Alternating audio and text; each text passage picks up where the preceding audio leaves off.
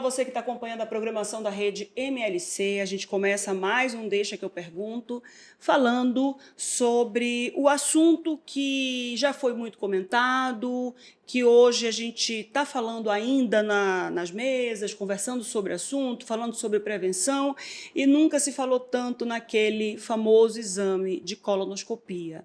A gente vai tratar hoje sobre o assunto de câncer de colo retal. A gente vai conversar com a doutora Poliana Signorini, tá certo o nome, é assim mesmo, né? E a gente vai falar sobre, que é oncologista, vamos conversar sobre o câncer que a Preta Gil teve, vamos conversar sobre o tipo de câncer da Ana Maria Braga, que foi muito bem difundido também, e o câncer do Chadwick Boseman, que era o Pantera Negra e que também teve câncer de intestino, se eu não me engano, né? E aí a gente vai conversar sobre tudo isso. Tudo bom, doutora Poliana? Tudo ótimo. Obrigada demais por esse canal aqui, essa oportunidade da gente conversar sobre um tema que veio à tona, né? Exato. Que sempre foi muito importante, mas pouco se fala. Né? Quando vai falar de intestino, não é um assunto muito agradável, então a gente acaba gerando um tabu em cima disso, e agora com o caso da Preta Gil, teve a retomada, né, das buscas dos pacientes, as pessoas preocupadas em querer saber mais, em querer identificar, para poder a gente ter mais informação de qualidade e saber onde procurar ajuda, né? Exatamente. Qual era o tipo? A gente sabe assim, por mais que o paciente, né, não propague o tipo de câncer que teve e tudo mais, até porque muitas vezes o próprio paciente não sabe explicar, dentro da comunidade médica existe a conversa que se discute o que aconteceu, qual é o tipo de câncer, porque isso tudo gera conhecimento e a discussão médica faz parte das soluções que são aplicadas, dos protocolos. Qual foi o tipo de câncer que a Preta Gil teve? A Preta Gil, ela já vinha com alterações intestinais, deixou passar uns sintomas, né? Achava que sempre era cansaço, alguma coisa. Nas entrevistas mesmo ela acabou falando disso. E aí, quando ela teve o diagnóstico de um câncer no intestino, que foi no reto, já estava em estágio avançado. Então, ela teve que passar por tratamentos de cirurgia, usar a colostomia, porque o tumor era muito baixo, então ela precisou passar por cirurgia com colostomia. Ela teve que passar por quimioterapia, né? Então, ela mostrou, é muito importante esses pacientes que são oncológicos, mas que eles conseguem fazer essa exposição, porque isso depende da pessoa também, né? Ela se sentia à vontade. E Preta Gil, como era uma pessoa que quebrava barreiras, né? Usava os tabus para mostrar falava que... de tudo, de de falar todos de os tudo. assuntos. Então, ela também foi uma pessoa muito importante na oncologia. Para a gente que trabalha com oncologia, nossa, ela foi um combustível. Ela foi tomar banho de piscina com a colostomia, ela mostrava ela indo fazer quimioterapia com catéter ali, mostrando que o porte não é nada. Ela fazia fisioterapia, mostrando que ela tinha perda de massa muscular e que ela precisava ter uma atenção especial na nutrição. Então, assim, ela foi uma pessoa que a sociedade da oncologia agradeceu pela exposição que ela teve, porque ela conseguiu levar a tantos pacientes que passavam por situações parecidas, muito otimismo, muita adesão, junto com esse caso que ela teve. Então, realmente, o câncer dela, quando a gente fala de câncer de intestino, tem todo o trato intestinal, o intestino grosso e o reto, mas o câncer dela foi no reto. Quais foram os sintomas que ela deixou passar? Ela deixou passar, ela falou numa entrevista na Maria Braga, né, em outras várias entrevistas, que ela vinha há meses com constipação, que é prisão das fezes, dificuldade de fazer cocô, passava 10 dias sem fazer cocô e alternava com diarreia. E aí ela ficava achando, não, é porque eu não estou me alimentando, é porque eu não estou bebendo água, é porque eu não tô, é porque é estresse, né? Então, sair da rotina, né? A vida louca. E aí você sempre fica achando uma justificativa para não, isso não é nada, não. Quando, na verdade, isso é um dos principais sintomas que a gente tem que identificar. Então, se você tem um hábito intestinal e, de repente, você começa a ter dificuldade, as fezes estão ficando secas, fezes de bolinha, que a gente chama de síbalos, né? Então, as fezes em bolinha. Fezes em bolinha não é normal, né? Quem faz fezes em bolinha são os caprinos, né? São cavalo, né? Então, o ser humano não é para fazer fezes em bolinha. Então, se as fezes estão em síbalo, já tem que ter atenção. E ela tinha isso alternado com diarreia.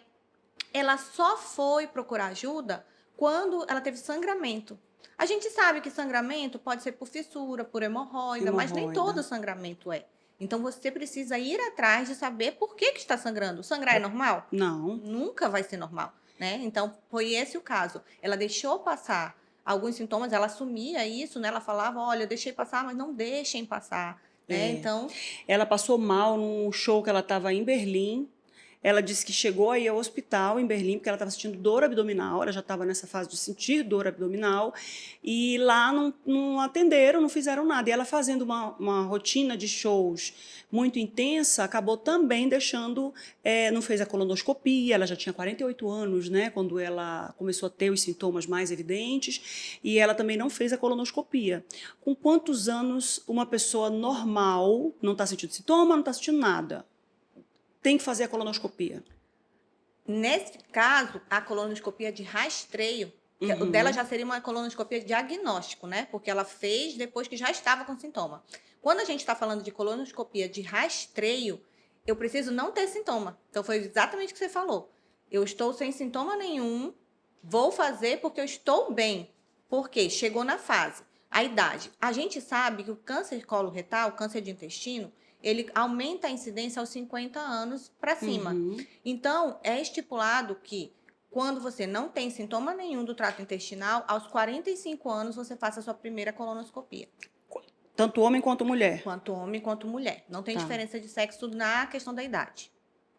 45 anos. 45 anos. O que são os pólipos?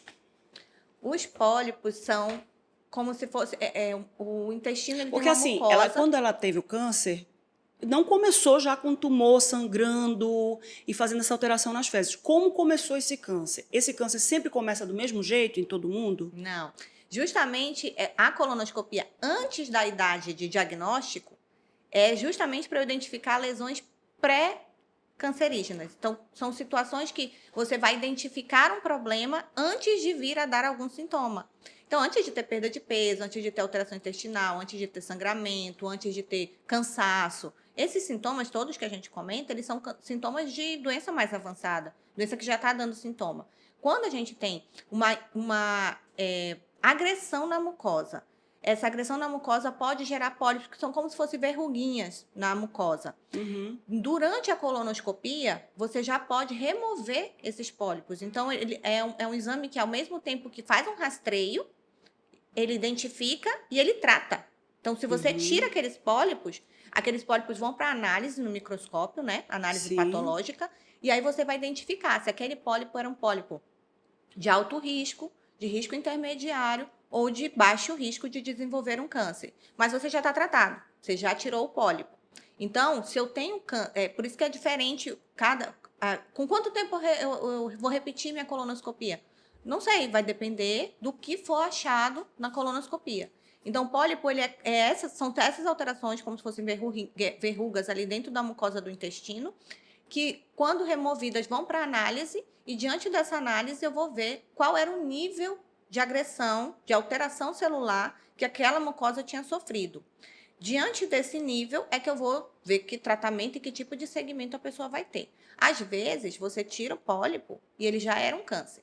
Então, você tratou numa fase muito inicial, que ele nem começou a invadir tecidos mais profundos. E nesse caso, eu não preciso fazer mais nada? Se ele tiver com tamanho ainda dentro ali da mucosa... In situ, que eles chamam, né? O né? in situ é pré-câncer.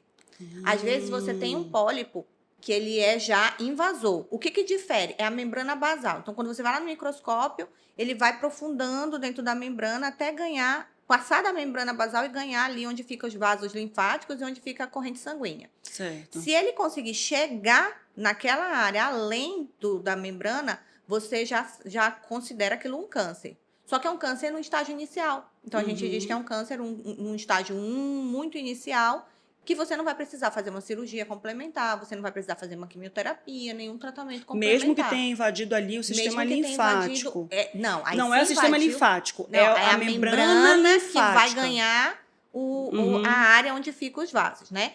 Então, se for um tumor mais avançado, sim, vai precisar fazer cirurgia, tirar parte desse intestino e também pode não precisar de tratamento nenhum, se for em estágios bem iniciais. O câncer de cólon, ele é um câncer altamente curável. Pois é, isso é que eu quero, era essa palavra que eu queria. Ele é altamente curável. Se diagnosticados em fases iniciais. Por isso a importância de você rastrear quando chegar na idade certa e fazer o acompanhamento de acordo com os achados na colonoscopia. O INCA aponta que esse tipo de câncer é um dos mais comuns no Brasil. O que está por trás desse aumento tão expressivo? Na verdade, o câncer de cólon, de intestino, ele é em todo mundo. Ele fica ali entre segundo e terceiro câncer mais comum. Então, ele é um câncer bem comum na população mundial. No Brasil, o que a gente tem? Câncer de mama é o primeiro entre as mulheres e é o segundo lugar ali o cólon, o intestino. No caso dos homens, a gente tem o câncer de próstata como o primeiro, o câncer de pulmão como segundo e o cólon ali, o reto, como terceiro. Isso tem a ver com hábitos. A gente, no Brasil, tem culturas ocidentais, né? Então, a gente tem muito acesso a ultraprocessados, né? A gente tem uma cultura americanizada. Isso aí é confirmado, é 100% relacionado. 100% relacionado. Também, não é o único caso. O que a gente tem no Brasil também, que tem chamado muita atenção? Obesidade. Nosso grau de obesidade, nossos índices de obesos no país nunca tiveram tão altos. Então, a obesidade também já foi plenamente, progressivamente, a cada aumento de peso, você tem um aumento do câncer de intestino. Deixa eu falar da obesidade. Eu queria. A Preta Gil, a gente via que ela tinha um excesso de peso, mas a Ana Maria Braga, que também teve câncer coloretal, ela não era gorda, ela não tinha um excesso de peso, mas ela sempre foi tabagista. E ela teve câncer de pele, câncer de pulmão fumando e câncer de colo retal. Como é que é o caso da Ana Maria Braga? Mas você entende que a gente não pode dizer que a Preta teve câncer porque ela estava acima do peso? Claro, entendo. São múltiplos fatores. Sim, sim, sim. Então, o dela já foi descoberto o quê? Estágio 4? O dela já estava em estágio avançado, estágio 4. Então, assim, quando tem o diagnóstico, eu não sei de onde ele veio.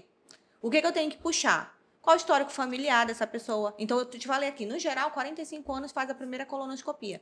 Mas se a pessoa teve um parente, uma mãe, um pai, um tio, um primo... Ou fezes oculto, ou sangue oculto nas fezes. Sangue oculto nas fezes já é tem... um indício. Não é para ter sangue, como eu te falei, sangrar não é normal. Então, não é para ter sangue nas fezes. Então, assim, se eu tenho alguma alteração, aí eu já tenho sintoma, não estou fazendo rastreio. Mas se eu tenho história familiar, eu vou pegar a idade desse familiar e fazer a colonoscopia, a idade que ele teve o câncer, e fazer a colonoscopia com pelo menos 10 anos antes, que é o tempo que esse câncer se desenvolve.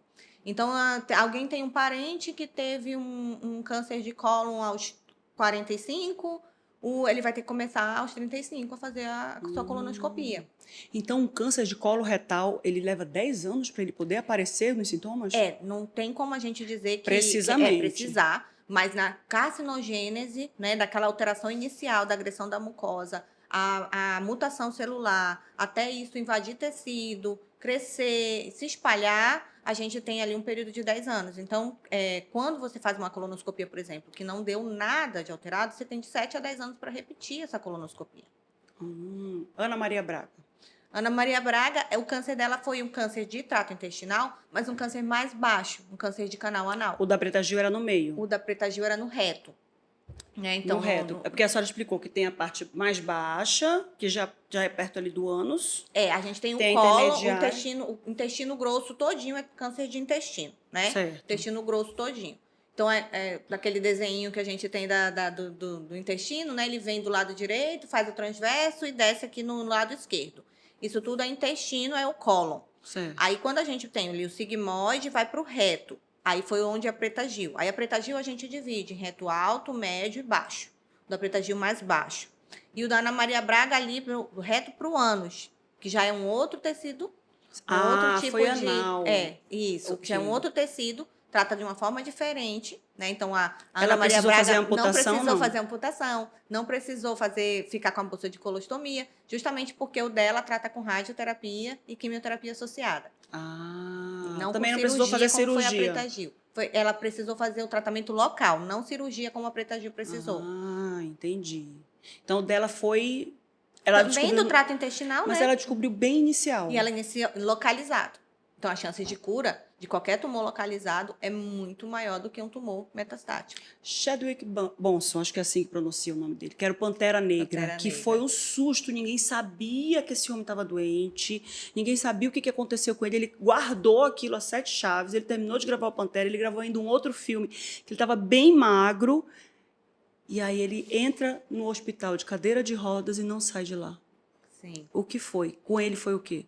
O dele foi do trato intestinal, e aí a gente não sabe da história Porque ele era completa, super né? jovem, né? É, ele Ele tinha muito 40 jovem, anos. então ele entra naqueles casos de completamente fora da estatística, né? Então, mesmo se ele tivesse, por exemplo, a preta, talvez se tivesse feito a colonoscopia dela Com de rastreio com 45? 45, já estava esse câncer lá, ela já teria tratado e teria talvez, não tenho como afirmar, né?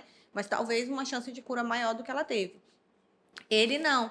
Ele foi um câncer totalmente fora, por isso que eu te falei, a gente tem que pegar qual foi o contexto familiar que ele teve, né? Qual foi se tinha alguma mutação genética ali envolvida, que a gente sabe ali que 10% dos casos de câncer tem aquela uma mutação genética familiar herdada envolvida. Então aí a gente consegue trazer esse rastreio para uma idade mais precoce. Então, todos os tumores, eles precisam ser tratados de forma individual. Quando você tem o diagnóstico, você vai analisar que tipo de célula é aquela, que tipo de indivíduo é aquele, que contexto que ele está, tanto cultural quanto de familiar, para poder a gente conseguir definir qual a melhor estratégia de tratamento para o paciente. É muito complicado isso, né? Porque a gente vive com uma sombra. É inevitável. Quando é que tu é a estatística? Quando é que tu não é a estatística? É um problema isso, né? A gente vive com receio. Mas, na verdade, tu entendes que, assim, faz parte da vida, né? Claro. Adoecer, envelhecer, né? O que eu preciso saber? Como reduzir o risco? É muito importante cada pessoa saber um risco. Né? Cada pessoa metaboliza uma coisa de um jeito, cada pessoa toma o café, né? Que metaboliza o Que a gente café de estava forma conversando aqui antes de diferente. entrar no ar. Então, assim, eu não posso dizer que é tudo para todo mundo, mas eu sei coisas que comprovadamente, por estudos, geram maior índice de câncer de intestino, por exemplo. Então, se eu estou preocupada com câncer de intestino, eu vou reduzir o risco. Como é que eu reduzo o risco? Primeiro, eu tenho que conhecer qual é o meu risco. Eu tenho indivíduos na minha família com câncer de intestino? Quais são os hábitos que eu tenho dentro da minha casa? Que tipo de alimento entra na minha casa? Como é que está o peso? Né? O sedentarismo. Quando a senhora fala sobre os indivíduos da minha família, quem são eles? É o tio, é o primo, tio-avô? A gente leva como mais forte a evidência os primeiros parentes, né? O de primeiro grau. Então, a gente tem mãe, pai, irmãos. E ali, de uma forma mais abrangente, a gente acaba pegando os de segundo grau. Que aí vem os tios, né? Os avós e os primos ali um pouquinho mais distante, mas a gente também tem que levar isso em consideração. Isso. Entra na conta. Entra na conta. No câncer de colo retal, funciona especificações como, por exemplo, no câncer de mama? Porque no câncer de mama a gente sabe lá, duplo positivo, triplo negativo, receptor disso, receptor daquilo, tem o Ki67, que é a velocidade de propagação daquela célula, tem luminal A, luminal B, tem tanta classificação para o câncer de mama, e tudo isso vai fazer com que o protocolo seja mais personalizado e completamente Cada pessoa diferente. Vai ter um tratamento diferente. No câncer de colo retal existe isso? Existe. Na verdade, na oncologia, tudo, quando você fala assim, a cura do câncer, qual câncer? Né? Porque a cura do câncer não é a mesma coisa para todo mundo. Cada pessoa vai ter uma especificidade, uma célula diferente, com uma característica diferente, que a gente vai ter que tratar aquilo personalizado. E o câncer de colo não é diferente. O câncer de colo a gente trata de formas divergentes. Se ele é no lado direito, se ele é no lado esquerdo, se ele é no reto, se ele é no ânus. Aí já muda só pela localização. Porque o tecido é diferente. Porque o tecido é diferente, porque a causa daquele tumor é diferente, a forma que aquele tumor foi desenvolvido é diferente. E ali, depois a gente vai para, como você falou, na mama. Tem o luminal, tem o HER2, tem o triplo negativo, né? Por quê? Eu vou diferenciar. O câncer de mama da vizinha não é igual ao da outra. Então, o câncer de cólon também é a mesma coisa. A gente vai ver um adenocarcinoma, que é o mais comum? Sim, mas se for o mais comum, o adenocarcinoma, ele é de que subtipo?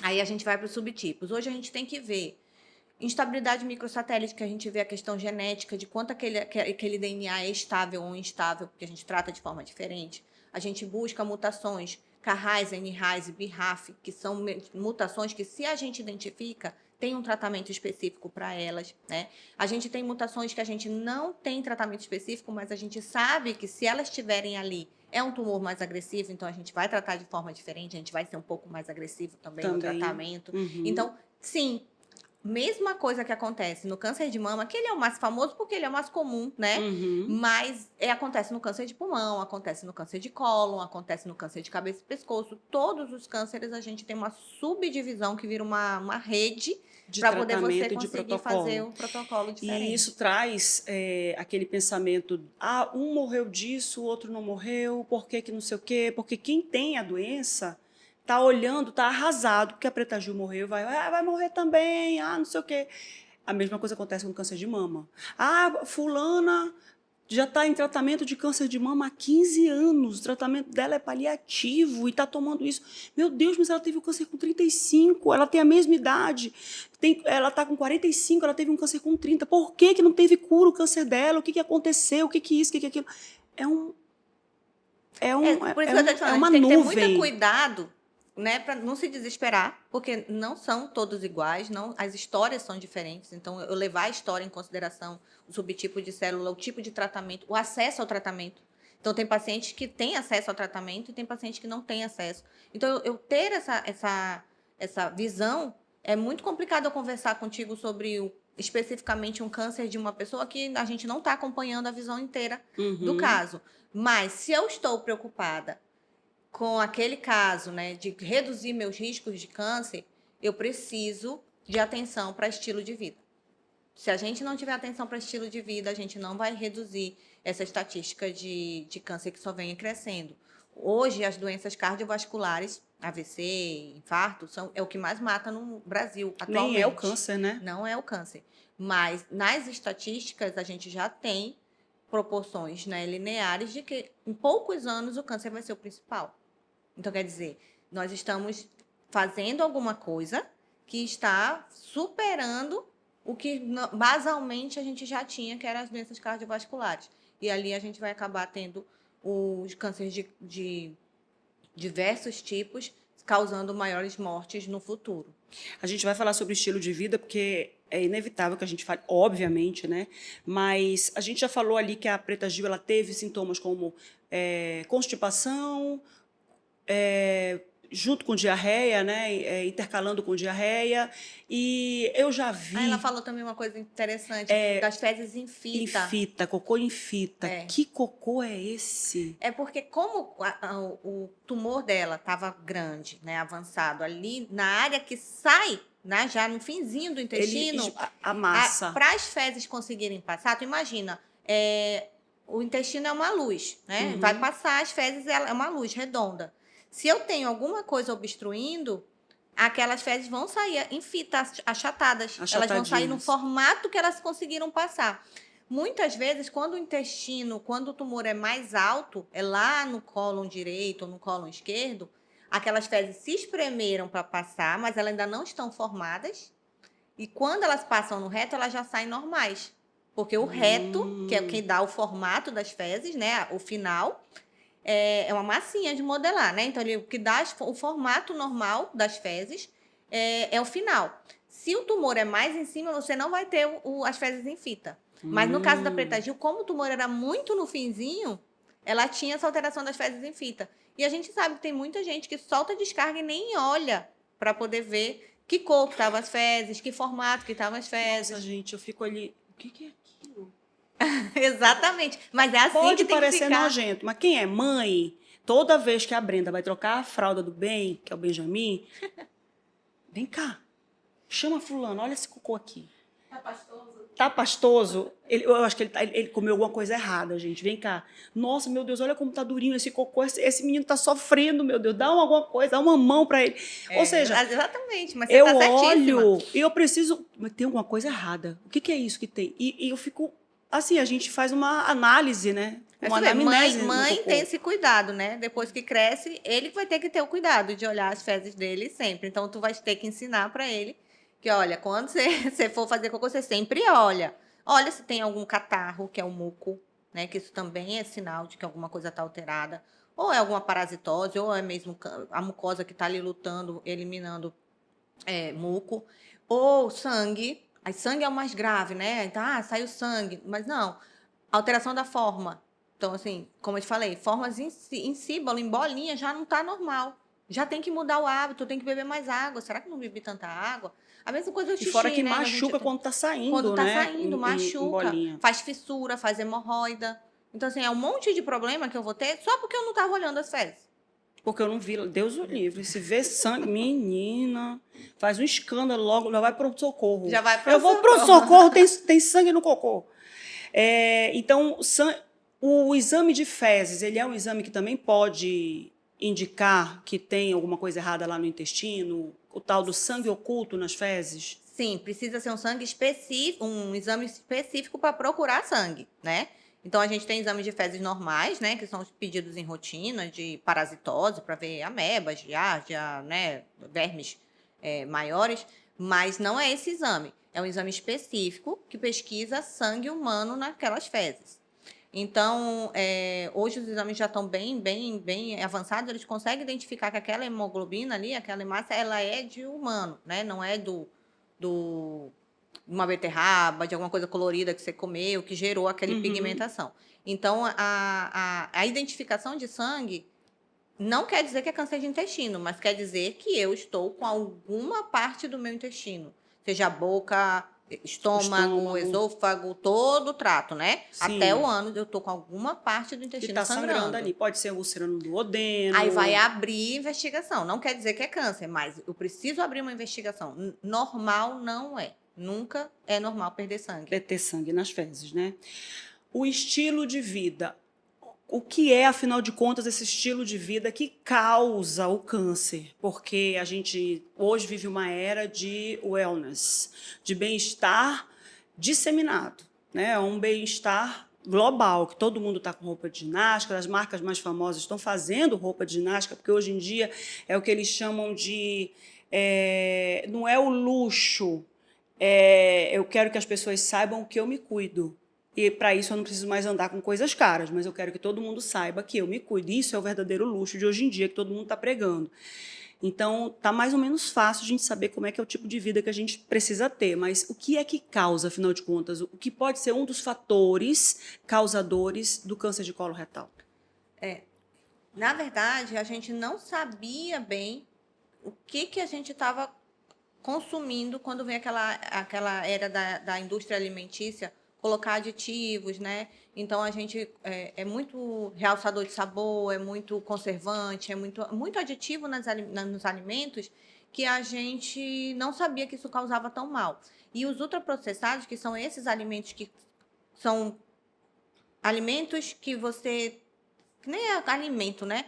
Você coloca tanta coisa ali para ficar parecido com o alimento e você conseguir consumir, né? E ali, esse tipo de alimento, a gente já tem estudos comprovando que eles aumentam câncer de trato intestinal. Então, a gente não pode bloquear essa informação, porque ela é super importante na hora da gente fazer a escolha, na hora de ir no supermercado, na hora de ir no restaurante, na hora do dia a dia. É quando você acorda que você vai optar o que você vai comer. Você vai comer alguma coisa, um iogurte que vem cheio de aditivo, que é tipo iogurte, ou você vai comer o iogurte com 2 ingredientes, que é só o leite e o fermento, entendeu? Ou aqueles todos brancos, que já diminuem os corantes, diminuem os conservantes. Então, assim, esse tipo de educação, a gente veio descobrindo ao longo do tempo quais tipos de alimentos que estavam causando mal, e agora a gente precisa se educar de ler rótulo para poder a gente conseguir escolher de forma melhor. Outro, embutidos. Então, assim, não dá mais para estar comendo peito de peru, presunto, mortadela, salame. achando que isso não gera nada. Não, isso de uma forma frequente, consumido, né, no dia a dia, isso vai gerar um problema, isso vai gerar uma agressão na mucosa. Enlatados. Então, superadição de nitrogênio ali, a gente sabe que os enlatados, eles são prejudiciais na questão do que coloca ali. Então, você vai ter que escolher. Enlatado? Não, você vai ter que escolher os enlatados. Tá, porque aquele atum que é só atum no azeite ou na água. Então, assim, a gente vai precisar escolher, ler rótulo. É uma coisa que não está na nossa cultura, não está no nosso dia a dia, a gente lê rótulo. Eu fui uma pessoa criada que papai, quando tava à noite, vamos comer um miojo? Vamos comer um miojo. Então, parecia uma coisa muito inocente, né? Nas nossas festas de criança, era cachorro-quente, né? Nossa. Com salsicha. Então, assim, parecia uma coisa muito inocente. Por Misto, quê? vamos comer um misto, Um queijo e misto, isso. presunto. Então, assim, parecia uma coisa inocente que, quando colocada ali no dia a dia, gerou alterações que a gente não vai ter mais como se lamentar do que foi exposto, mas a gente tem escolha hoje. Do É. que eu vou me expor para frente. Eu sempre que estou falando sobre saúde e tudo, eu digo para todo mundo, quem está aqui me acompanhando desde o início sabe que isso aqui não é segredo. Quando você tem um câncer, eu tive um câncer de mama, a gente está gravando aqui essa reportagem, a gente está gravando essa entrevista aqui em 1º de agosto de 2025, eu tive um câncer de mama em 2024. Em março eu descobri. E fiz todo o tratamento, tive que tirar, fiz uma setorectomia, linfonodo sentinela, negativo, graças a Deus, mas fiz quimioterapia, tive que fazer radioterapia e tudo mais. E quando eu fui conversar com um oncologista, ele disse assim, enlatados de todo tipo. E meu marido sempre me acompanhando, a gente tomou uma decisão radical com relação a esses embutidos. Nem a pizza de calabresa com cebola, que eu adorava, eu fazia farofa de calabresa, por exemplo, com farinha amarela, e botava cebola, e botava banana, aquela farofa assim. A conserva, carne em conserva, eu não sei nem do que é feito. Eu só sei que eu adorava comer aquilo. Então a gente limou, como diziam os jovens antigamente, jovem de quem é 40 a mais, né? Limou da nossa vida o presunto, peito de peru, salame, salsicha, nem pensar, calabresa. E ele, junto comigo, também aboliu da vida dele. Então, assim, mas sorvete, nada com gordura vegetal hidrogenada, a gente já não comia e tudo mais. É como você falou, a gente não pode voltar atrás e mudar isso, né? A gente não pode voltar atrás e fazer um novo começo, mas a gente pode começar agora e fazer um novo fim. Porque mudar os hábitos alimentares, pela praticidade, pela rapidez do preparo, por tudo aquilo que a corrida do dia a dia da rotina faz com que a gente produza na nossa cozinha. É muito sedutor, né? O ultraprocessado, ele tá ali, tá pronto. Já vem É muito pré-cozido, gostoso, já tem um vem cheiro todo. bom.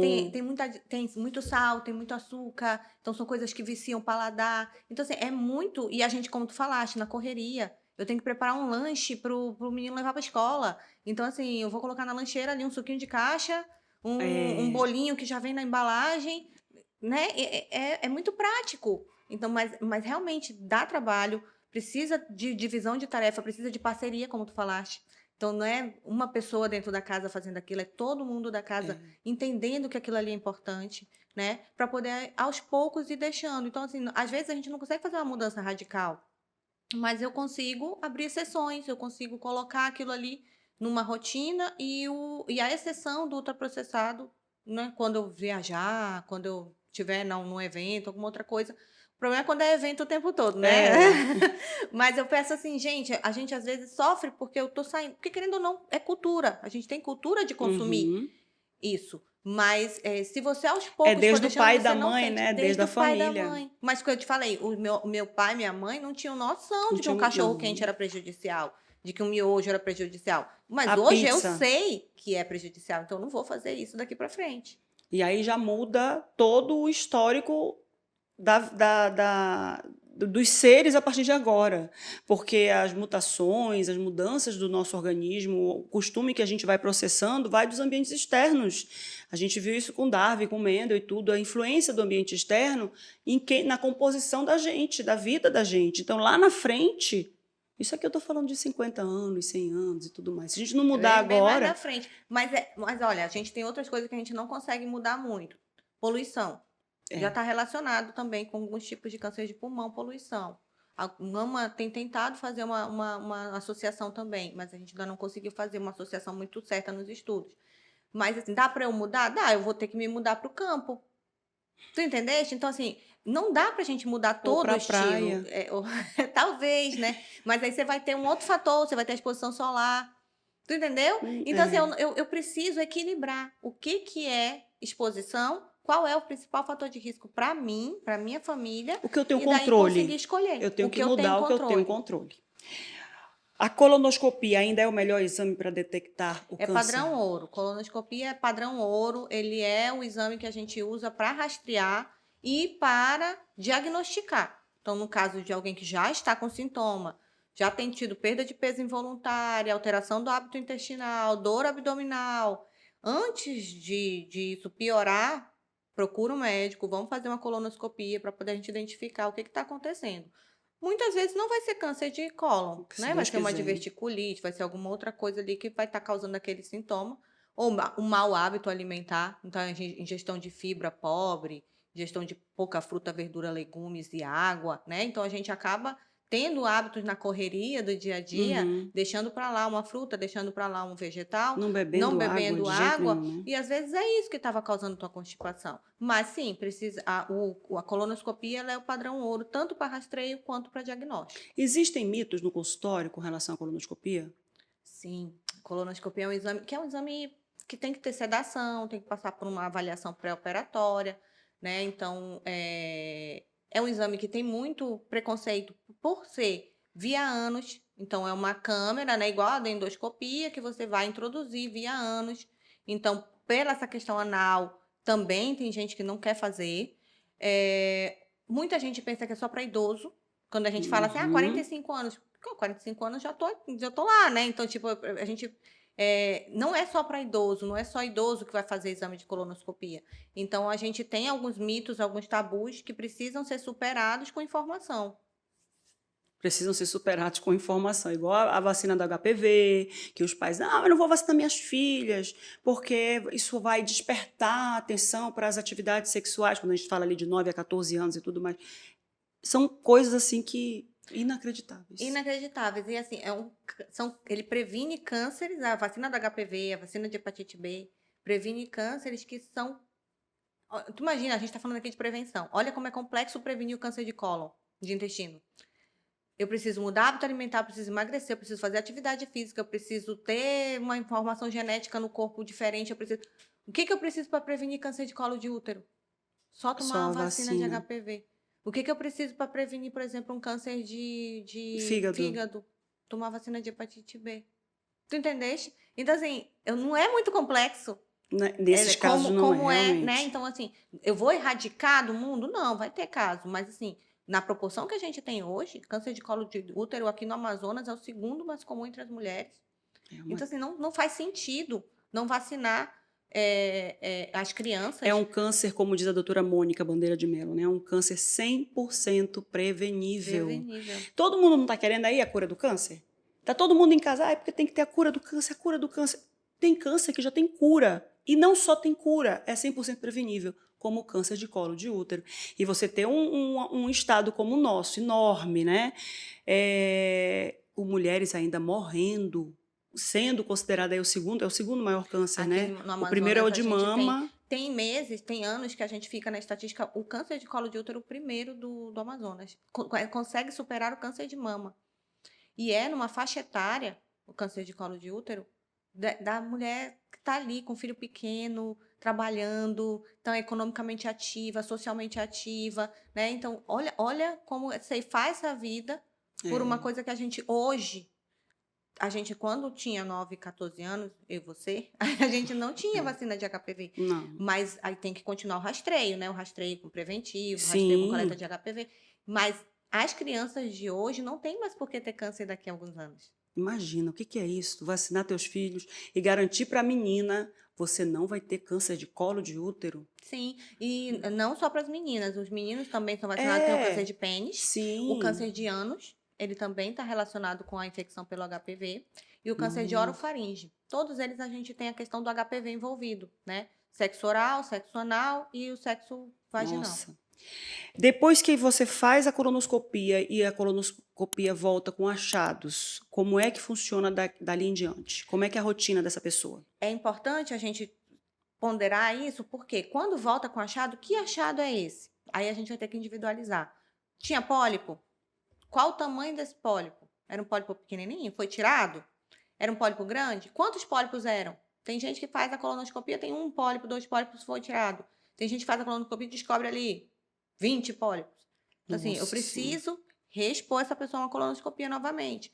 E quando vai lá para análise patológica, foi tirado o pólipo. Era um adenoma de baixo risco, de risco intermediário ou de risco alto?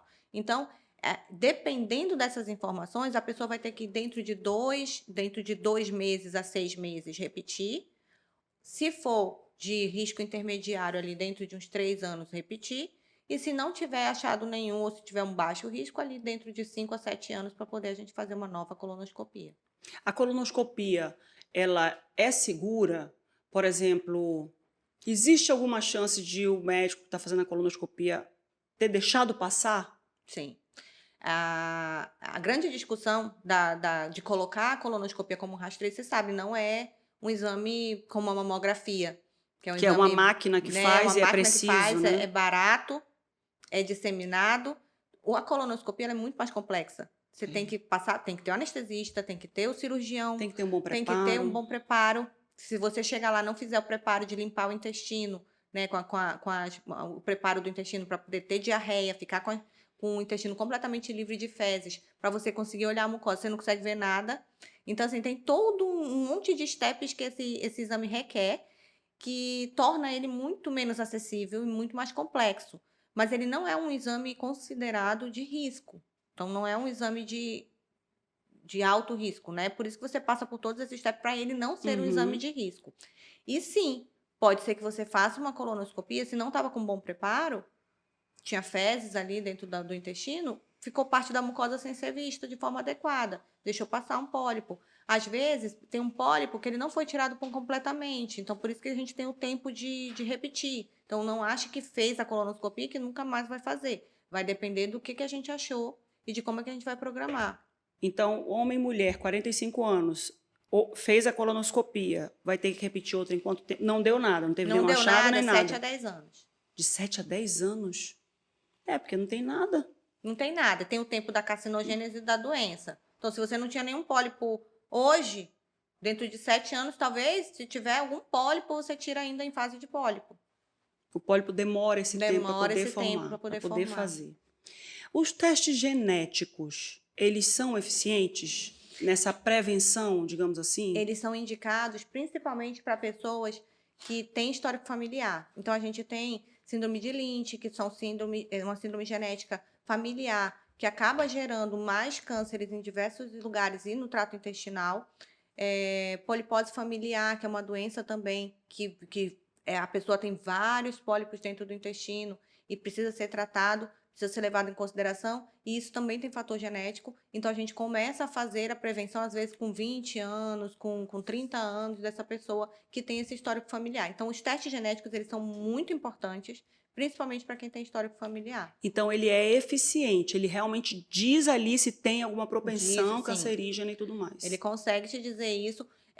Trazendo para câncer de mama, a gente sabe do caso da Angelina Jolie, do BRCA1, BRCA2, é isso. Você descobre que você tem uma predisposição genética para ter aquele determinado tipo de câncer. Então, você consegue tomar medidas preventivas. Extremamente preventivas. Ela radicalizou, tirou as duas mamas e mais o útero, porque ela ainda tinha risco também de ter câncer de ovário. De ovário, Isso, né? de ovário, porque é a síndrome mama-ovário. Por exemplo, polipose familiar, às vezes o paciente precisa passar por uma retirada completa do intestino. Ele vai viver, mas ele precisa passar por uma retirada completa do intestino para poder diminuir o risco de câncer dele no futuro. O grosso. O grosso. Porque, vamos lá, só para a gente recapitular aqui nossa aula de biologia. O intestino delgado é onde há a absorção dos nutrientes? É no grosso. Não, o delgado ele vai trabalhar na digestão. No grosso é onde vai trabalhar a questão de nutrientes e vai trabalhar a questão de reabsorção de água. Então, é quando vai fazer as fezes mais formadas. Certo. Né? Aí essa pessoa vai conviver com uma diarreia, então, a água com que eu hábito tomo intestinal. é absorvida no meu intestino. Intestino grosso. E como é que essa pessoa sobrevive depois? Vai ter alguns ajustes que a gente vai ter que acabar fazendo Porque ela pode dieta, ficar com diarreia. Com diarreia, vai Isso, ficar com com má uma baixa absorção de nutrição, a água nutrientes. não vai conseguir absorver direito e tudo. Tem Isso. como remediar isso? Tem. Assim como a gente tem como a pessoa tirou um estômago, né? Tem como viver sem estômago, tem como viver sem o intestino grosso. Adaptando. Entendi. A senhora é responsável técnica do IOAM. O que é esse instituto? O Instituto de Oncologia da Amazônia, ele é um instituto que já existe há mais de 10 anos, né, que acompanha os pacientes de oncologia, basicamente. E dentro do instituto, só do paciente entrar no instituto, independente do plano de saúde, independente de onde ele veio, ele já vai ter assistência completa com médico paliativista, geriatra, o nutricionista oncológico, o psicólogo oncológico, junto com o oncologista clínico naquela dimensão de tratamento. Então, muitas vezes a gente, quando tem um paciente passando por tratamento, o plano não cobre o nutricionista, o plano não cobre o psicólogo, o plano não cobre. Uhum. Cobre, mas não é um oncológico, né? Cobre um nutricionista que não é especialista. Cobre, aí não tem o geriatra para poder a gente acompanhar, não tem o médico paliativista. E aí o Instituto teve esse cuidado de montar uma equipe e todo e qualquer paciente que entra na clínica, ele vai ter sempre o acompanhamento completo da equipe. Medicina integrativa, é esse o nome? Isso, a medicina integrativa vai nesse canal, identificar qual é a necessidade daquela pessoa, em que contexto cultural ela está, em que contexto de vida aquele câncer apareceu, para poder a gente conseguir dar o suporte como um todo na vida dele. E Que também legal, né, essas imagens. E trazer também para as mulheres essa mudança nos hábitos, né? Porque quando a gente fala de nutrição oncológica, de psicologia, de atendimento psicológico e tudo mais, eu conheço essa daqui, viu? A gente está falando de mudar paradigmas, né? Porque tem gente que adoece por causa do psicológico. O psicológico ele tem um fator muito determinante no tratamento. Demais. Na verdade, você tem o poder de se curar, né? A gente na medicina integrativa sabe disso. Só que a cura está dentro de cada um, mas ela precisa ser desperta. Então, não é para substituir tratamento, mas você consegue ver o que faz sentido para você, né? Qual é o combustível para a tua vida, para poder a gente usar aquilo como o fator para poder você conseguir chegar na sua cura. Quando a senhora fala que cada um de nós temos o poder de nos curar, desenvolva. É justamente essa questão que eu te falo da dimensão. Você tem que entender culturalmente o que acontece. É só uma questão de fé, de religiosidade, de espiritualidade? Não é, porque na verdade o teu sistema imunológico, o que é o câncer? Né? Vamos começar pelo que é o câncer. Pela primeira pergunta de todas que eu não fiz. O que é o câncer? O nosso corpo, ele está o tempo todo fazendo divisão celular, né? Então as células se dividem e vão. A célula do fígado se divide para se tornar a célula do fígado. A célula da pele se divide para tornar a célula da pele. Em algum momento. Nós começamos a vida com divisão celular. Com divisão celular. Em algum momento, uma célula pega e divide com defeito, né? Foi geneticamente ali com defeito. Às vezes esse defeito não vai trazer problema nenhum, a vida continua. Às vezes esse defeito aconteceu num gene que protegia aquela célula, que protegia aquele tecido. E aí você vai começar a desencadear multiplicações celulares que não são mais controláveis. Mas nosso corpo é tão inteligente que ele tem checkpoints, ele tem locais de checagem se aquela fabricação de célula está sendo certa ou não. E aí ele vai lá e checa. Essa célula está certa? Está com toda a expressão certa? Tá, libera. Essa célula aqui veio com defeito. Tira daqui. Nosso sistema imunológico está o tempo todo vigiando. Só que... Quando ele tira, ele coloca onde? A célula morre por apoptose reabsorvida, né? Então, quando ele identifica, ele mata aquela célula. Quando ele não identifica... Porque o câncer é sorrateiro. Ele é sorrateiro. Ele consegue fingir que ele é uma célula normal. Olha que... Ele mostra ali para o sistema imunológico uma plaquinha, ó, eu tenho o direito de passar aqui. Aí ele passa. Maligno. Quando ele passa... Então, por que teu sistema imunológico não conseguiu ver que era uma célula disfarçada? Alguma coisa aconteceu. A gente não sabe. O que a gente sabe agora, por exemplo, com a imunoterapia? Na imunoterapia, ela é basicamente isso. Você pega um pontos de análise, uns pontos de checagem, e você faz com que o corpo identifique. Aquela célula ali é uma célula que está se fingindo de uma célula normal. Vamos pegar ela. Aí o próprio sistema imunológico pega. Por isso que ele ganhou o prêmio Nobel da medicina, né? Porque foi realmente uma descoberta incrível. Você estimular o teu sistema imunológico a enxergar o que ele não estava conseguindo ver. E aí, quando a gente fala assim que você tem o poder de se curar, é exatamente isso, tá? A resposta está em você. Por que a tua defesa está tão abalada? Por que tua defesa está deixando passar coisas? É natural. Vai deixar passar alguma coisa.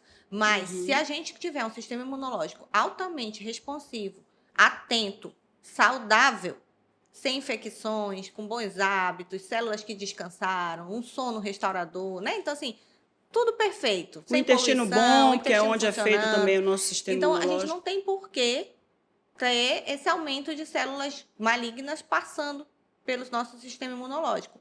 Se a medicina integrativa, a gente tem que ter cuidado para falar, porque tem muita coisa maldita também, assim, mal falada a respeito de medicina integrativa, né? Muita promessa milagrosa de que se você fizer só isso Os aqui vai soros melhorar, da um soro, larga o vida, a tratamento, faz isso medicação, aqui. Deus o Não, livre. então assim, não é fazendo um monte de vitamina em dose alta, não é isso. É restabelecendo o equilíbrio daquela pessoa. Então, se aquela doença conseguiu estar ali, não é culpa de ninguém. Não tem quem culpar, aconteceu. Mas se aconteceu, como é que eu faço para restabelecer o equilíbrio disso? O que eu estava fazendo de errado que eu preciso corrigir? Nem errado. Também. Porque, por exemplo, a alimentação ruim, a falta de atividade física, o sedentarismo, isso aí tudo influencia num bem-estar geral. No bem-estar, a questão corpo e mente. Então, a gente sabe, né? A questão de... Até, por exemplo, quando tu falaste, espiritual, religião. A religião, ela é uma forma de meditar, né? Você rezar é uma forma de meditar.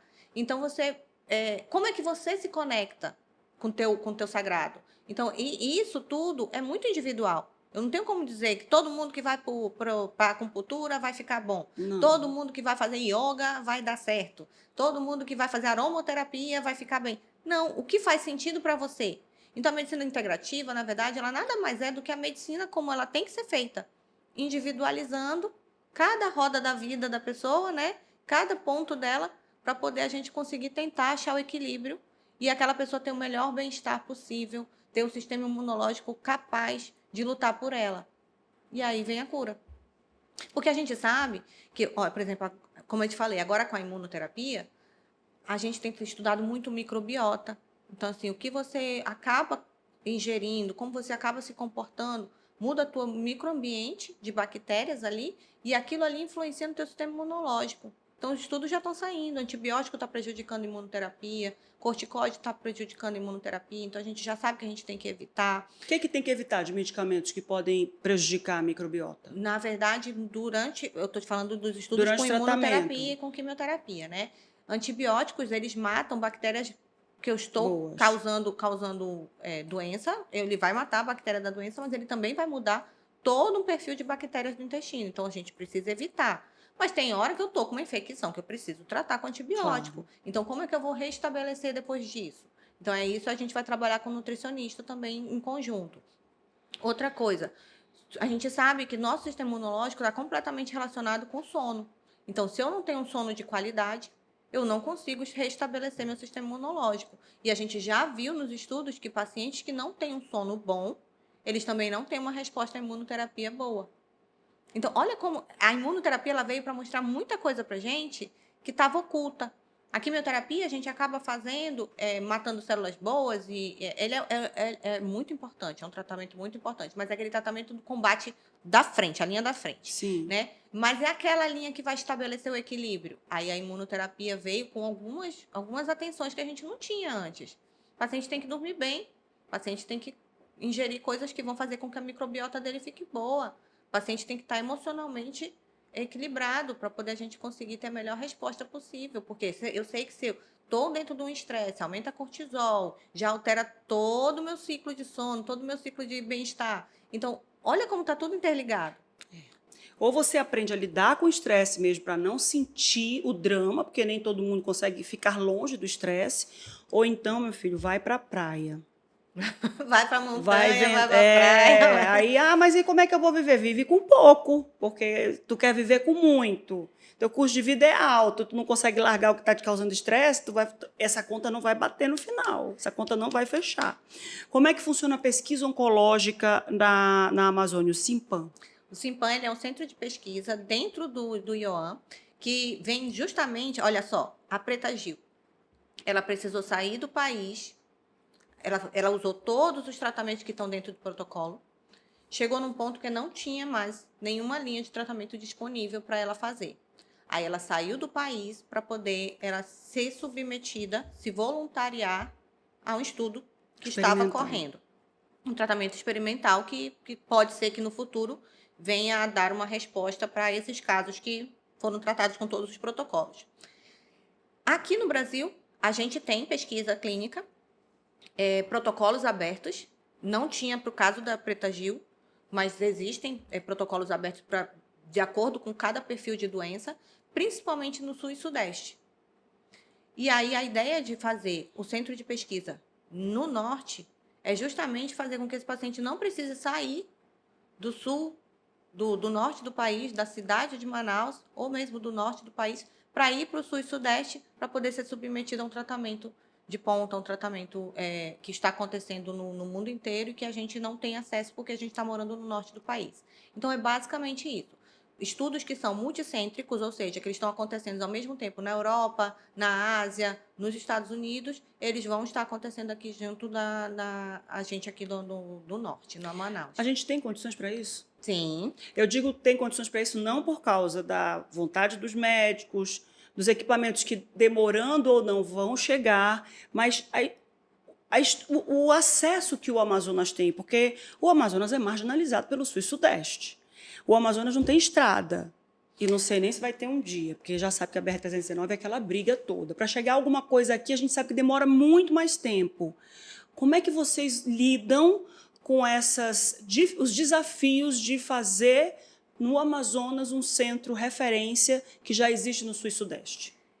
O desafio é grande, né? Mas eu acho que é muito mais dessa ideia de o que nós somos capazes ou não de fazer do que realmente nós somos capazes. Então, a gente só precisa mostrar que a gente é capaz. Então, hoje a gente está com estudo, a gente já teve estudo de câncer de colo uterino, a gente está com estudo de câncer de pulmão, de pênis e de vulva aberto. Então, assim, o mesmo, como eu te falei, a mesma medicação que está sendo usada lá na Europa, que está sendo usado lá na Ásia, está sendo usado aqui. Então, a gente tem capacidade para fazer. E eu acho que mostrar que a gente tem capacidade é isso, fazendo, né? Então, a gente fazer meter acontecer. a cara, faz acontecer. É aquela história, a gente tem condições? Rapaz, a gente não tem não ainda, mas vamos fazer o que a gente tem e no caminho a gente vai aprendendo e vai realizando, vai executando, né? Mas eu vou te falar, há muita coisa na pesquisa, por exemplo, quando a gente coleta sangue, vai para a amostra para análise de laboratório central, medicação chegar, é tudo de avião. Então, eu não preciso o isolamento geográfico estrada, que a gente sim. tem da estrada, ele não é um problema mais para a gente. Então, sim, da época da pandemia, que reduziu o número de voo, que a gente ficou, foi um caos. Então, assim, realmente, a gente... Mas agora já restabeleceu, a gente já tem número de voo, né? Já tá tudo correndo muito bem. Então, a gente já não está mais com essa dificuldade que a gente teve na época da pandemia. Mas, sim, primeiro é mostrar que nós somos capazes, nós temos um centro de pesquisa aqui e o que a gente está agora trabalhando é atrair mais investimento de que os laboratórios, os estudos, eles queiram estar no norte do país. Eles queiram sair do sul e sudeste para estar no norte do país. Porque eles precisam de diversidade. Uhum. E nós somos a fonte da diversidade. A gente é a fonte das doenças tropicais. Diversidade é com a gente mesmo. É, porque a gente já é referência em estudos de doença tropical no mundo inteiro, quer ser infectologista daqueles bons, vai para o Amazonas. Lá no o Amazonas, nosso comitê de ética, lá do centro de pesquisa, ele é do Hospital Tropical, porque é o centro de ética, o comitê de ética que ele mais tem experiência com estudos de alta complexidade, multicêntricos, como os do Hospital Tropical.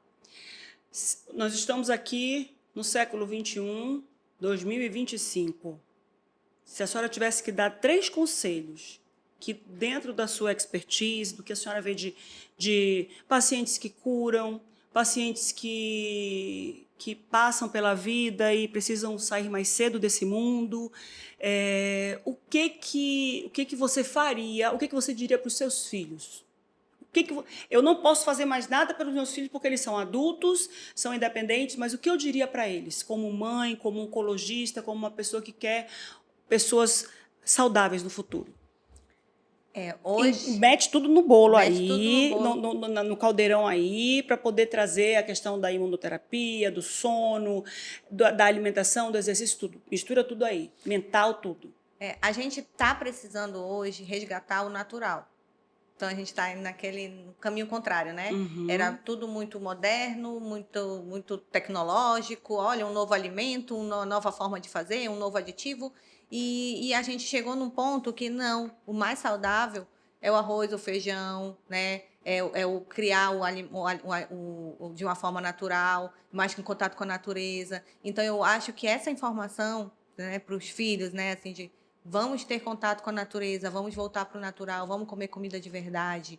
Ter esse paladar, este hábito na vida é crucial. Então, nós somos o que comemos e a gente precisa entender que isso não é uma coisa que reflete hoje.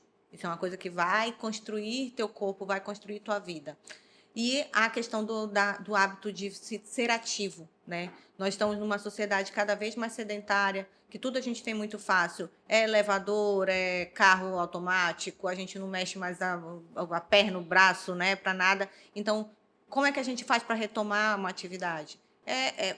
Eu falo para os pacientes, eu digo, tem que fazer atividade física, igual você não acorda e escova o dente? Exato. Você não acorda e, né, você penteia seu cabelo? Vai ter que fazer atividade física igual faz todo o resto das tuas coisas. Porque sem isso, tu não vai ter futuro, tu não vai ter massa muscular, tu não vai ter um bom sono, você não vai ter um bom desempenho e você não vai ter um sistema imunológico que vai conseguir te responder, te proteger e fazer com que até o nosso tratamento seja de uma forma eficaz. Então, a gente já tem estudos também que mostram que pacientes que fazem exercício físico durante o tratamento, eles têm muito melhor resposta do que melhor taxas de controle, melhor taxas de cura do que pacientes que não fizeram exercício físico. Essa pessoa que vos fala.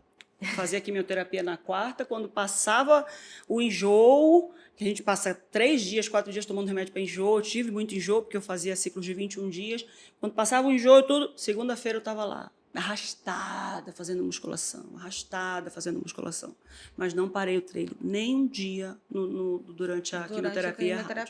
Porque é importante que você conseguiu, durante a quimio, perde muita massa muscular. Você deve ter conseguido pelo menos manter. Né? Então, assim, eu não consigo ganhar, mas eu consigo manter. Depois eu ganho. Né? Então, essa questão de voltar para o natural, retomar meus hábitos para poder eu conseguir ter um futuro mais saudável, eu acho que é o que vai fazer toda a diferença para a vida das próximas gerações aí. A gente daqui para frente, que eu já te falei, né? Mas as próximas gerações dá para começar do... E o estresse, e o mental? O estresse. O estresse que você falou, né? Muda para a montanha. É muito de como você enfrenta o estresse. Porque tem uma pessoa que passa pela mesma situação de uma forma positiva, de uma forma otimista, ou não se abala com aquilo, consegue dormir tranquila, e tem uma pessoa que passou pela mesma situação e se entregou e não consegue mais fazer. Tem o certo e errado? Não, são as formas de responder ao estresse. Então, o acompanhamento psicológico eu acho muito importante, porque consegue te fazer enxergar isso. Exato. Você não é vítima. Você está passando por algo, não tem culpa de aquilo ter acontecido. Tu não é amaldiçoada, tu não foi escolhida, não tem nada disso. Mas as tuas escolhas de como você vai enfrentar isso vão fazer toda a diferença. É lógico que não é simples assim. Não. Então, por isso que tem que ter ajuda de profissional. Não é a gente sozinho, eu quero ser otimista, eu quero ter pensamento. Tudo que eu não tenho é pensamento positivo na hora que eu tenho uma notícia ruim, né? Mas, assim, como é que eu manejo isso dentro de mim? O psicólogo está aí treinadíssimo para poder ajudar a gente a poder achar esse caminho. Sozinho não dá. Sozinho não dá. Ou tu já nasceu abençoado. Não tem gente assim que passa por tudo que é dificuldade na vida e que passa a vida sorrindo. Já nasceu abençoado, que já tem um mindset, né, perfeito ali, já consegue. Mas assim, não é o comum. Já veio com o chip da inteligência emocional instalado. Não é comum. Então, a gente desenvolver essa inteligência emocional com ajuda faz toda a diferença. Se você não pode ir para a montanha, traga a montanha para dentro de você. Existem muitas formas de você ser paz lá do lado de dentro. Meditação, pensamento positivo. E o pensamento positivo, ele não é automático. Ele é um hábito. É você preencher a tua cabeça com coisas boas. Toda vez que vier alguma coisa ruim, fala, opa, não, desliga isso, pensa na florzinha, pensa no céu, pensa na nuvem, pensa em coisas que te tragam alegria. Eu digo isso porque eu sempre fui ansiosa e eu estou me recusando a viver uma vida com ansiedade e com sofrimento. Eu quero viver em paz, eu quero ter paz, eu quero ser tranquilidade, principalmente para que eu seja feliz, seja plena. A felicidade não está no dinheiro que você ganha, não está no trabalho que você executa, não está onde você mora. Porque tem gente que mora na praia e é amargo, é triste, é infeliz. Tem gente que é podre de rico, é amargo, é triste, é infeliz. Não estou aqui querendo fazer clichê, não, porque o dinheiro não traz felicidade. Não, dinheiro não traz felicidade. A falta do dinheiro traz infelicidade, com certeza, mas ter dinheiro não significa que você vai ser feliz. Morar na praia não significa que você vai ser feliz. Não espere que as coisas aconteçam para ser feliz. Seja feliz primeiro, e aí as coisas vão acontecer. Obrigada, viu, doutora Poliana? Obrigada a você. É um papo muito importante que a gente teve aqui, né? Porque tu vê que envolve tudo. Tá? A Preta Gil, eu acho assim que a mensagem que ela deixou foi isso. Você viu a Preta Gil triste, desanimada? Não. Não, era incrível a força daquela mulher, né? Como ela conseguiu quebrar todos os paradigmas, mostrar o dia a dia do paciente oncológico. Então, foi uma história que não deu certo, perdeu a luta para o câncer? Não. Foi uma história de muito sucesso, que ela viveu muito, teve muito amor, foi muito envolvida, né? Então, ela viveu intensamente, foi lá para o último carnaval dela, né? Podia ser o último, ela foi para lá. Então, assim, o que é importante para você? O que faz sentido para você? Né? E ela conseguiu colocar em prática tudo que fazia sentido para ela. Eu vi ela falando numa entrevista que ela falou que ela tinha muito medo de morrer. E quando ela conseguiu entender que ela todo mundo ia morrer, que ela não precisava ter medo de morrer, que ela precisava era aproveitar todos os momentos até que uma hora ela morresse. E olha só como a virada de chave é incrível, né? Você começa a ver o óbvio, que todo mundo vai morrer, mas de uma forma bonita, diferente, né? Até a Carolina Dickman estava dizendo, ela morreu em paz, morreu tranquila, morreu sem dor, morreu cercada de amor. Então, tem como ter uma morte bonita? A gente fala de morte, parece que é tudo feio, mas não, você viveu até o dia que você morreu. E não morreu do nada, sem ter vivido nada, né? É como eu sempre vejo o Snoopy e o Charles. Uma vez um amigo meu postou dizendo assim, Snoopy, o Charles falando, é Charles, não é o nome do rapazinho lá do Snoopy? Snoopy Charles, né? O Charles falando pro Snoopy, Snoopy, um dia a gente vai morrer, mas até lá a gente vai viver. Exatamente Então, viva isso. com abundância, com alegria e com paz. Viva aquilo que faz sentido para você e com paz. Obrigada, viu, doutora? Obrigada. É inevitável que a gente faça esse nosso trabalhinho aqui de autoconhecimento, de trabalho no pensamento aí na cachola de cada um, né? Porque tem muita gente que não teve câncer, não passou por câncer e não é alegre, e vive com medo, e vive com um monte de coisa. Acho que não ter medo é uma das coisas principais que eu deixo aqui como recado para vocês nessa nossa entrevista, principalmente uma pessoa que passou pela doença. A doença, a gente precisa não deixar a doença virar um fantasma, de achar que vai voltar, vai isso, vai que não. Viva, viva, viva, viva, viva, sempre fazendo tudo bem e, principalmente, trate o dentro. Cuide do dentro. Senão o medo do câncer vai ser um medo, o medo da dor de cabeça vai ser outro medo, o medo do infarto vai ser outro medo. A gente vai viver cheio de medos. E viver com medo não foi o que Deus quis para a gente, não é o que Deus quer para a gente, né? Então, viva com amor, viva com tranquilidade e aproveite os seus. Você que está aí do outro lado já sabe, faça suas perguntas, tire suas dúvidas e encaminhe essa entrevista para quem você acha que precisa receber essa entrevista. Não necessariamente porque tem câncer, não, mas por causa de tudo que a gente falou nos bastidores do câncer, nos intervalos dos assuntos de câncer que nós tratamos aqui com você. Faça suas perguntas, a gente vai atrás da doutora Poliana para responder as suas perguntas aqui nos comentários ou lá nas nossas redes sociais. Sugira seus temas também, porque você sabe, é assunto, deixa que eu pergunto. Até a próxima.